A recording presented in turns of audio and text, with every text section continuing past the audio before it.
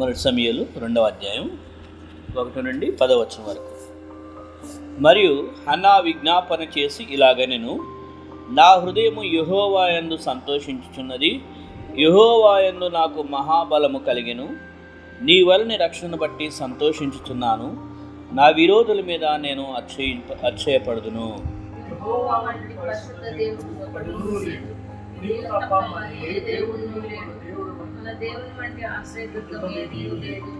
యెహోవా అనంత జ్ఞానియగు దేవుడు, ఆయనే క్రియలను పరీక్షించువాడు.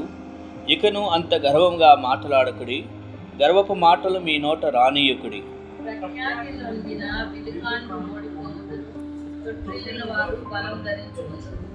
తృప్తిగా భుజించిన వారు అన్నము కావాలనని కూలికి పోవుదురు, ఆకలిగొనిన వారు ఆకలి తీరా తిందురు.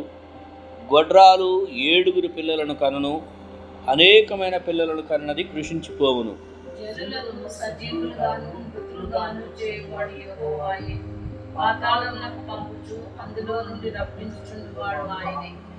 యెహోవా దారిద్ర్యమును ఐశ్వర్యమును కలగజేయవాడు, కృంగజేయవాడును లేవనెత్తువాడును ఆయనే.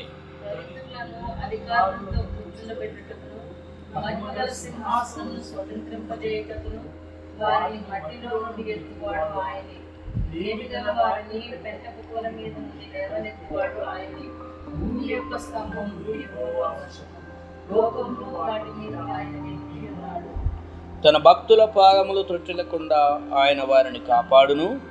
దుర్మార్గులు అంధకారమందు మాటమణుగుదురు, బలము చేత ఎవడును జయమునందడు.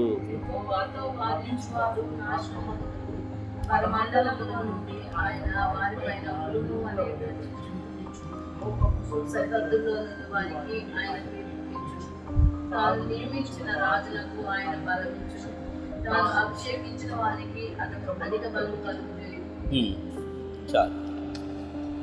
ఇక్కడ చెప్పబడిన ఈ పలకబడిన పదాలు ఒక గొప్ప దుఃఖాన్ని, బాధని, వేదనను అనుభవించినటువంటి ఒక భక్తురాలి హృదయంలో నుండి వచ్చిన ప్రార్థన. హన్నా అనేటువంటి ఒక భక్తురాలు, ఆమె గురించి మనకు తెలుసు, ఆల్రెడీ చాలాసార్లు చదివాము, విన్నాము, ఆలోచన చేశాము. ఆమె చేసిన ప్రార్థన దేవుడి చేసిన దైవ కార్యాలని మనసులో దృష్టిలో అర్థం చేసుకొని, దేవుని గొప్పతనం ఎలాంటిది, ఆయన నమ్మిన వారికి ఆయన ఎంత గొప్పగా వారిని హెచ్చిస్తాడు, వారి జీవితాల్లో వారిని ఎంతగా ఆదరిస్తాడు అని తెలియజేసేటువంటి విధానంలో ఇక్కడ ఈ మాటలు మనకి చక్కగా రాసి చూపించబడినవి. మొదటిగా ఆమె హృదయం దుఃఖంతో ఉందని చెప్పుకోవట్లేదు, ఆల్రెడీ అంతకుముందు దుఃఖంతో ఉంది.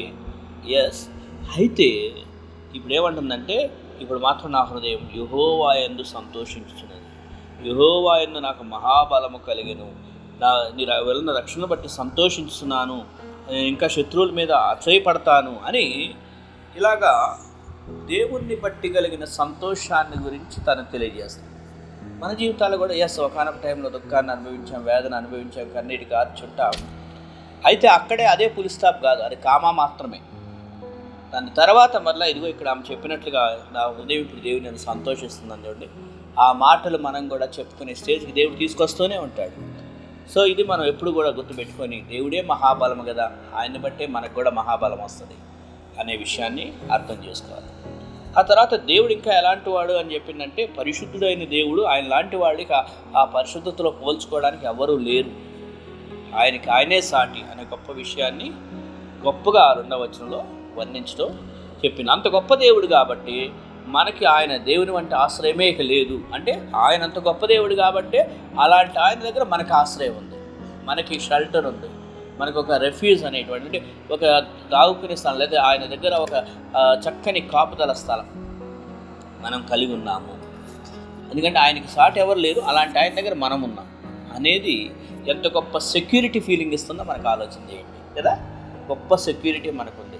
కేవలం గొప్ప సంతోషమే కాదు, గొప్ప ఆనందాన్ని ఇచ్చిన దేవుడే కాదు, బలమే కాదు, సెక్యూరిటీ కూడా, ఆ సంతోషం అనుభవిస్తూ ఆ యొక్క కాపుదల కూడా. ఎందుకంటే ఆయన లాంటి వాడు ఎవరు లేరు కదా ఇంకా, అలాంటి ఆయన దగ్గర మనకు ఆశ్రయం ఉందని చెప్తూ ఆయన జ్ఞానాన్ని గురించి కూడా వర్ణించారు. ఆయన అనంత జ్ఞాని అని, 2వ వచనంలోనేమో ఆయన లాంటి వాడు గొప్పవాడు లేడని చెప్తూ ఆయన జ్ఞానం కూడా ఎంత గొప్పది అని చెప్పి, ఇక ఎవరు కూడా వేరే వాళ్ళు ఎవరు ఆయనకు వ్యతిరేకంగా గర్వంగా మాట్లాడొద్దనే విషయాన్ని తెలియజెప్పి, తర్వాత ఎంతోమంది లోకంలో బలవంతులు అనుకున్న వాళ్ళు, పేరుగాంచిన వాళ్ళు, వాళ్ళంతా కూడా వాళ్ళు ఓడిపోయారు, వాళ్ళు ఓడిపోతారు కూడా. కానీ దేవుని వారు కలిగిన వారు గొప్పవాళ్ళు అని చెప్తూ 4-5 వచనాల్లో వర్ణించారు. వర్ణించిన తర్వాత దేవుడు గొప్పతనాన్ని మళ్ళా 6వ వచనంలో చెప్పింది, జనులను సజీవులుగాను మృతులుగాను చేయవాడు యెహోవాయే. అంటే దేవుడే ఏదైనా ఒక విషయాన్ని బ్రతికించాలన్నా, ఒక విషయాన్ని చంపేయాలన్నా, ఒక విషయాన్ని జీవంలో బయటకు నిలబెట్టాలన్నా, ఒక విషయాన్ని కనపడకుండా కనుమరుగు చేయాలన్నా ఆయనకు అంత శక్తి ఉంది. మనుషులను జీవింపజేయడానికి సజీవులుగా, ఇంకా వారిని మరణంలో అంటే ఆ అంశాలు ఏంటంటే అఫ్కోర్స్ లిటరల్గా కూడా, but at the same time మనుషుల జీవిత పరిస్థితులు కూడా. ఒక విషయం అక్కడితో కనుమరుగు చేసేయాలంటే కూడా ఆయనే.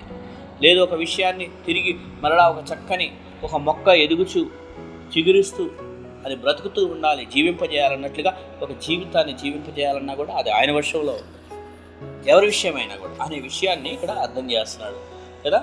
తర్వాత ఈ మాట చెప్తూ 7వ వచనంలో దారిద్ర్యమును ఐశ్వర్యాన్ని కూడా కలిగజేసేది ఆయనే. కాబట్టి ఒక రోజున అంటే పౌలు గారు ఒక మాట అన్నాడు, అయ్యా నేను ఏమీ లేని స్థితిలో ఉండటం కూడా నాకు తెలుసు, అందులో కూడా తృప్తిగా ఉన్నా, ఎక్కువగా ఉన్నప్పుడు అందులో కూడా సంతృప్తి కలిగి ఉంటుంది, నేను నేర్చుకున్నాను అన్నాడు. దేవుడు అన్ని పరిస్థితుల నుంచి తీసుకెళ్ళాడు ఆయన్ని. సో దారిద్రతలో నుండి తీసుకెళ్ళాడు. దారిద్రత అనే పదం ఫస్ట్ వాడి, ఆ తర్వాత ఐశ్వర్యం అనే పదం వాడి. సో ఫస్ట్ దారిద్ర్యం వచ్చిన దాని తర్వాత మరలా ఐశ్వర్యం. అంటే ఇది లిటరల్గా దారిద్రత నుంచి లిటరల్గా ఐశ్వర్యం అనేది కూడా మనం ఆలోచించుకోవచ్చు, దాని తప్పేమీ లేదు. ప్లస్ దారిద్రత అనేటువంటి విశ్వాస విషయంలో వెనుకబడి ఉన్న, ప్రార్థన విషయంలో దారిద్రతలో ఉన్న, ఒకవేళ ఇంకేదన్నా ఆత్మీయస్తూ అటన్నిటిలో నుంచి మరలా ఐశ్వర్యవంతులుగా, మంచి వాక్యం తెలిసి ప్రార్థనాపరులుగా, విశ్వాసపరులుగా, శోధనలు ఎదుర్కొనే జయవీరులుగా, అటన్నిటిలో కూడా అలాగ ఐశ్వర్యవంతులుగా మనల్ని చేస్తాడనమాట దేవుని సహవాసం. అవన్నీ చెప్తూ కృంగజేయువాడును లేవనెత్తువాడును అనే పదాలు కూడా ఉన్నాయి ఇక్కడ. ఫస్ట్ ఏ పదం వాడబడింది? కృంగజేసేది. సో కృంగజేసే దేవుడు. అది ఏ పరిస్థితిలో అయినా, కొన్నిసార్లు ఆరోగ్యరీత్యా కృంగజేయచ్చు, ఆర్థిక పరిస్థితిలో కృంగజేయచ్చు, మానసిక ఒత్తిళ్లతో కృంగజేయచ్చు, కుటుంబ వ్యవహారాల్లో కృంగజేయచ్చు, బయట సమాజంలో పనిచేస్తున్న స్థలాల్లో మనల్ని కృంగజేసేయచ్చు. ఎస్, బట్ అక్కడే కాదు, అది కావా మాత్రమే. మళ్ళీ చెప్తున్నాను, కృంగజేయువాడును మళ్ళీ లేవనెత్తే దేవుడు. గాయం చేసేది గాయం కట్టేది ఆయనే అని ఉంది కదా. అలాగే కృంగజేసేది ఆయనే, తర్వాత మరలా ఒక రోజున లేవనెత్తేది కూడా ఆయన. చాలా గొప్ప విషయం. నిన్న దినాన్ని నేను ఒక కుటుంబాన్ని దర్శించినప్పుడు వాళ్ళతో మాట్లాడుతున్నప్పుడు నాకు ఆ ఫ్యామిలీలో ఆ బ్రదర్ చెప్పింది, బ్రదర్ మీకు ఒక విషయం గుర్తుందా, నేను ఒకప్పుడు మిమ్మల్ని ఒక ప్రేయర్ రిక్వెస్ట్ చెప్పాను, నాకు ఆఫీస్లో పలానా వాళ్ళు, నేను పనిచేస్తున్న స్థానంలో పలానా వాళ్ళు నాకు ఇట్లా నా మీద కొద్దిగా విరోధంగా ఉండటం, నా మీద కొద్దిగా కిరికిరి చేయడం, ఇట్లాంటివి ఉంటున్నాయి బ్రదర్, కొద్దిగా మీరు ప్రేయర్లో పెట్టండి, నాకు గుర్తుందా అని. అవును బ్రదర్. సో అయితే ఇప్పుడు కంపెనీయే ఆ వ్యక్తిని పూర్తిగా అసలు కంపెనీలోనే తీసిపడేశారు, పూర్తిగా తీసేశారు అని చెప్పాడు. అఫ్కోర్స్ ఈయన కోరుకోలే ఆయన ఉద్యోగం పోవాలను, ఆయనకి ఏదో నష్టం రావాలని, కానీ చెప్పాడు, ఆ రోజు మీరు ఒక మాట అన్నారన్న నాతో, ఇలాగా దేవుడు కార్యం చూసుకుంటాడు బ్రదర్, మీరేం భయపడద్దని అని.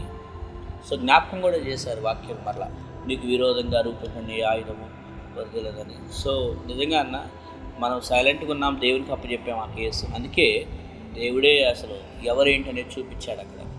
సో ఆయన ఉన్నాడు. ఒక రోజున లేవనెత్తి, ఒకరోజు పడిపోయినట్టు కనపడ్డామేమో, కానీ కాదు, లేవనెత్తేవాడు కూడా ఆయన. కాబట్టి లేవనెత్తుతాడు ఒక రోజున పరిస్థితులు, మన పేరుని కృంగదీసే పరిస్థితులు మనల్ని ఎవరి చేత ఎలవ చేయించినా మళ్ళీ లేవనెత్తేవాడు కూడా ఆయనే. అఫ్కోర్స్ కొన్నిసార్లు మన ద్వారా మనమే కృంగిపోయే సందర్భాలు ఉంటాయి, సాతానుడి యొక్క ఆలోచనలు మనలో పుట్టించి, లేకపోతే మన యొక్క తప్పిదాలను బట్టి. బట్ ఏదేమైనప్పటికీ మళ్ళీ లేవనెత్తడం మాత్రం ఆయన పని. కాబట్టి అంత గొప్ప దేవుడు మనకున్నాడు. ఆ మాట చెప్తూ 8వ వచనంలో దరిద్రులను అధికారులతో కూర్చుండబెట్టుటకును, మహిమగల సింహాసనము స్వతంత్రపజేయుటకును లో నుండి ఎత్తువాడు ఆయనే. అక్కడ ఒకసారి ఆగుదాం. ఎవరైనా అధికారులతో ఉండాలంటే వాళ్ళ రేంజ్ పెద్ద ఉన్న వాళ్ళ దగ్గర నుంచో వాళ్ళ వరకే ఉంటారు. కానీ ఎవరో దరిద్రులు అంటే ఎలా ఉంటారు, వాళ్ళని ఏదో వాచ్మెన్ కిందో గేట్ కిందో లేదా పాలేరులుగా పనవాళ్ళగా పెట్టుకుంటారు. చూడండి, ఇంటి వెనకాల నుంచి వెళ్ళి ఆ వెనకాల పనిచేసి వెళ్ళిపోతారు. కానీ దేవుడు చేసే పనులు ఎలా ఉంటాయంటే దరిద్రులను అధికారులతో కూర్చుండబెట్టి, అంటే సేమ్ ఈక్వల్గా ఇవ్వగలడు, ఆ స్థానం ఆయన చేయగలడు. అది ఇక్కడ మన జీవితంలో కూడా చేస్తాడు. అది తన జీవితంలో తన జీవితంలో చూసింది కాబట్టి ఎస్, నా దేవుడు అలాంటి వాడు అని గొప్పగా చెప్పుకుంది. అధికారులతో కూర్చొని పెట్టేవాడు. ఇక్కడ ఇంకో మాట ఉంది, సింహాసనం మీద కూర్చొని పెడతాడు అని ఆమె అనలేదు, కానీ దానికి మించిన మాట గొప్పగా చెప్పింది.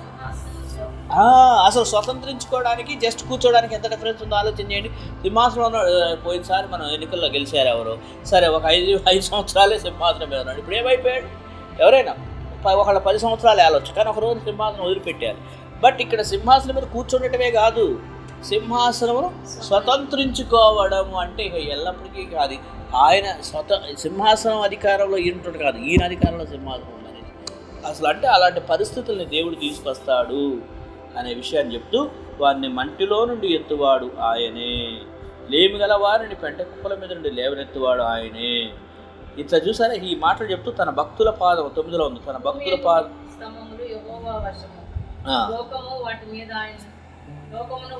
ఇక్కడ మనం ఒక విషయం ఇంకో మాట గమనించాలి. గుడ్, చాలాసార్లు మన స్కూల్లో చదువుకున్నాం చాలా విషయాలు, కానీ అవి తప్పని తర్వాత నాకు బైబిల్లో జరిగిన తర్వాత అర్థమైంది.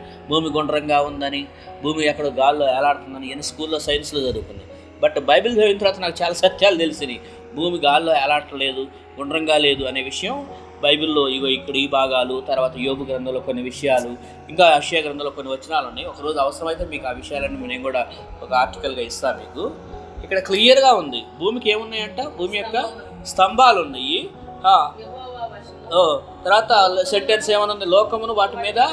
సో స్తంభాల మీద ఏం చేశాడు ఆయన, నిలబెట్టాడు. ఇంగ్లీష్ బైబిల్లో ఏమనుందమ్మా ఆ సెంటెన్స్, నా 8th verseలో ఆ lines pillars of the earth కదా, ఎంత క్లియర్గా ఉంది భూమి యొక్క. సో చూసావా, ఈ లోకం అనే భూమిని దేని మీద నిలబెట్టాడంటే దేవుడు పిల్లర్స్ మీద పెట్టాడు. సో ఈ బైబిల్ జ్ఞానాన్ని చాలామంది అప్రూవ్ చేయరు. బైబిల్ని పక్కన పెట్టేసి సైన్స్ అని చెప్పేసి చాలా సంవత్సరాలు మనం ఇదే నేర్చుకుంటూ వచ్చాం. మనిషి ఏదో అది మనిషి కూడా కోతుల్లో వచ్చాడని చెప్పేసి డార్విన్ సిద్ధాంతం ఇవన్నీ నేర్పించారు. కానీ మనకి బైబిల్ తెలిసిన తర్వాత అసలు జ్ఞానం, అసలు ఈ సత్యం ఇది కదా అని. అందుకే బైబిల్ సత్యం అన్నాడు, నేనే అన్నాడు. ఇట్లా ఇది ఒకటే కాదు, మన స్కూల్లో ఇంకా చాలా విషయాలు నేర్చుకున్నాం. బట్ నేను తర్వాత మనం బైబిల్ చదివి చూస్తే, అరే ఆ స్కూల్లో అప్పుడు అట్లా నేర్పించారు, మరి బైబిల్లో ఎలా ఉంది కదా, ఏది కరెక్టు మనకు తెలుసు, బైబిలే కరెక్ట్ అని. సో ఇది చాలా క్లియర్. సో ఇది సైంటిఫిక్, మనం చాలామంది చెప్తే ఎందుకు, కానీ వీటి మీద ఇప్పుడు డిబేట్స్ కూడా చాలా జరుగుతున్నాయి. ఎవరైనా డిబేట్స్ పెట్టుకున్నా ఇది నమ్మిన వాళ్ళకి ఇది తెలిసింది. నేను నమ్ముతాను, ఇది భూమి గుండ్రంగా లేదు. ఒకటి అది బలపరంగా ఉందంటే ఎస్ అంట. ఎందుకంటే బైబిల్లో కొన్ని వచ్చినాలు, అది ఇప్పుడు టాపిక్ కాదులే, తర్వాత విషయం ఒకసారి మాట్లాడుకుందాం. నేను రోజు తీసుకొస్తా, వచ్చినాలు కూడా మాట్లాడుకుందాం. తర్వాత అది పిల్లర్స్ మీద ఉంది, గాల్లో ఊగటం. అఫ్కోర్స్ యోబులో ఉన్న ఒక గ్రంథం ఒక మాటను తీసుకొని వాళ్ళు అలాగా ఆలోచింపజేశారు. కానీ దాన్ని కరెక్ట్గా ఆలోచన చేస్తే ఇక్కడ కొన్ని పాయింట్లు అర్థమవుతున్నాయి మనకి. నేను ఒకరోజు వాటిని కూడా మాట్లాడుకుందాం మనం. బట్ ఇప్పుడు మనం స్పిరిచువల్ ఆస్పెక్ట్, ఆత్మీయంగా మనం బలపరుచుకునే విషయాన్ని గురించి చూస్తే, ఇదిగో భూమినే నిలబెట్టుకుని ఆయన వశంలో పెట్టుకున్నప్పుడు మన పరిస్థితులను ఆయన పెట్టుకోడు వశంలో. ఖచ్చితంగా మనల్ని ఆయన వశంలో పెట్టుకొని, ఆయన కంట్రోల్, వశం అంటే ఆయన కంట్రోల్లో పెట్టుకుని నడిపించాలి. ఏది కూడా ఆయన కంట్రోల్ తప్పి వెళ్ళదు. కాబట్టి ఆయన చేతిలో మనం ఉండం, ఆయన చేతిలో కంట్రోల్ ఉన్నాయి అన్నీ కూడా. కాబట్టి ఏది విషయం భయపడద్దమ్మో, ఇది నా కంట్రోల్ తప్పి అయిపోయింది కదా, ఇక ఇక్కడితో ఏమైపోయిందో అదే నో. బట్ దేవుడికి ఎప్పుడు అది ఫెయిలియర్స్ కాదు. దేవుడికి ఎప్పుడు అది ఇక నేనేం చేయలేను ఇప్పుడు అనే దేవుడు కాదు. సమస్తం ఆయన కంట్రోల్లో ఉంది. లోకమే ఆయన కంట్రోల్లో ఉంటే మనం ఎంత, మన పరిస్థితులు ఎంత. సో ఖచ్చితంగా ఆయన చక్కబెడతాడు, ఖచ్చితంగా ఆయన నిలబెడతాడు. స్తంభాల మీద నిలబెట్టినట్టుగా స్థిరంగా నిలబెడతాడు. భయపడద్దు ఏమైపోతుంది, నో. స్తంభాల మీద మన జీవితాన్ని స్థిరపరుస్తాడు ఆయనే. అందుకని ఈ వచ్చిన జ్ఞాపకం చేస్తూ ఒక మాట జ్ఞాపకం చేయాలి మీకు, కొంచెము కాలం మీరు పడిన పిమ్మట తానే మిమ్మల్ని బలపరిచి స్థిరపరచును అని. సో అదనమాట, బలపరిచి స్థిరపరిచే దేవుడు మన దేవుడు. కాబట్టి కొంచెం కాలం కొద్దిగా అవమానాలు ఎదురవచ్చు, కొంచెం కాలం మనం పడిపోయి ఉండొచ్చు, కొంచెం కాలం మనం ఏదైనా నో. బట్ ఒక రోజున బలపరిచి స్థిరపరిచే దేవుడు మనకున్నాడు. ఆ దేవుడికి మనం ప్రార్థన చేస్తున్నప్పుడు సమస్తం ఆయన కంట్రోల్లో ఉన్నప్పుడు ఇంకెందుకు మనం భయపడాలి? సమస్తం ఆయన కంట్రోల్లో ఉన్నాయి. ఆయనకు మంచిది ప్రతిదీ ఆయన బ్యూటిఫుల్గా చేసుకొచ్చే డిజైనర్ ఆయన, ఇంజనీర్ ఆయన. ఇంకా మన లైఫే ఆయన చేతిలో ఉంది కాబట్టి భయపడదు. మనం ఆయన చేతిలో ఉంది. అందుకని ఆ విషయం అర్థం చేసుకుంది కాబట్టి ఇంత గొప్పగా ఈ మాట చెప్పి, తన భక్తుల పాదములు తొట్టిల్లకుండా ఆయన వారిని కాపాడును. లోకమంతా ఏముందలే ఇలా బతికి పడిపోయిందే పరిస్థితి అయిపోయిందని వాళ్ళు అనుకుంటారేమో, కానీ ఇక్కడ కానీ దేవుడు అంటారు తన భక్తుల పాదాలు తొట్టిల్లకుండా వారిని కాపాడటానికి ఆయన సిద్ధంగా ఉన్నాడు. కాబట్టి భయపడదు ఏ విషయంలో కూడా. మనల్ని స్టడీగా నిలబెట్టే దేవుడు ఆయన. అంత గొప్ప దేవుడు మనకున్నాడు కాబట్టి మనం ధైర్యంగా ఉందాం. కాబట్టి ఆయన మీద మనం ధైర్యం నిలబడుతూ ఆయన్నే స్తుతిస్తూ మన జీవితాన్ని గడుపుదాం. అటువంటి గొప్ప దేవుడు మనకు దయచేయండి.